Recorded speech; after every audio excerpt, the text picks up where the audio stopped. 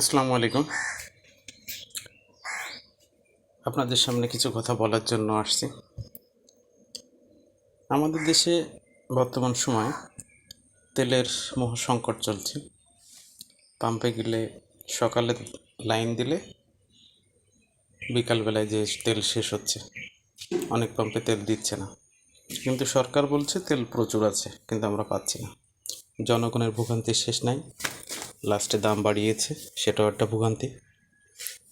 কিন্তু বিষয়টা হচ্ছে, আমাদের পুলিশ ভাইয়েরা দেশের কোনো সংকটময় মুহূর্তে তাদের অবদান যদি আমরা না বুঝতে পারি, তাহলে আমাদের পুলিশ ভাইদের দিয়ে কী উপকার আসবে? তেল পাম্পে অনিয়ম বিশৃঙ্খলা, তারা সেটাকে মেনটেন্স কন্ট্রোল করতে পারছে না, এটা তাদের চরম ব্যর্থতা।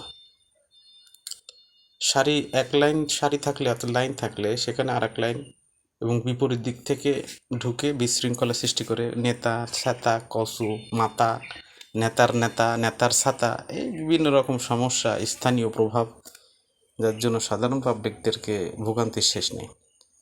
সরকারের প্রতি দৃষ্টি আকর্ষণ করছি, সরকার এই যে আমাদের পুলিশ ভাইদের দিয়ে এই তেল পাম্পগুলোকে সঠিক নিয়ন্ত্রণ এবং সঠিকভাবে শৃঙ্খলভাবে যাতে মানুষ, সাধারণ পাবলিক তেল নিতে পারে, তার ব্যবস্থা করতে।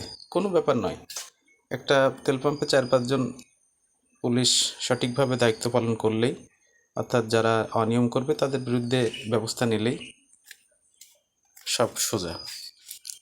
বাঙালি আইনে বিশ্বাসী না, মাইরে বিশ্বাস, কঠোরতায় বিশ্বাস। আর আমাদের দেশে তো এমনি আইনের শাসন খুবই দুর্বল। যাই হোক, ধন্যবাদ। বিষয়টা সরকারের কাছে পর্যন্ত পৌঁছে দেওয়ার জন্য সবার কাছে অনুরোধ রইল। আসসালামু আলাইকুম।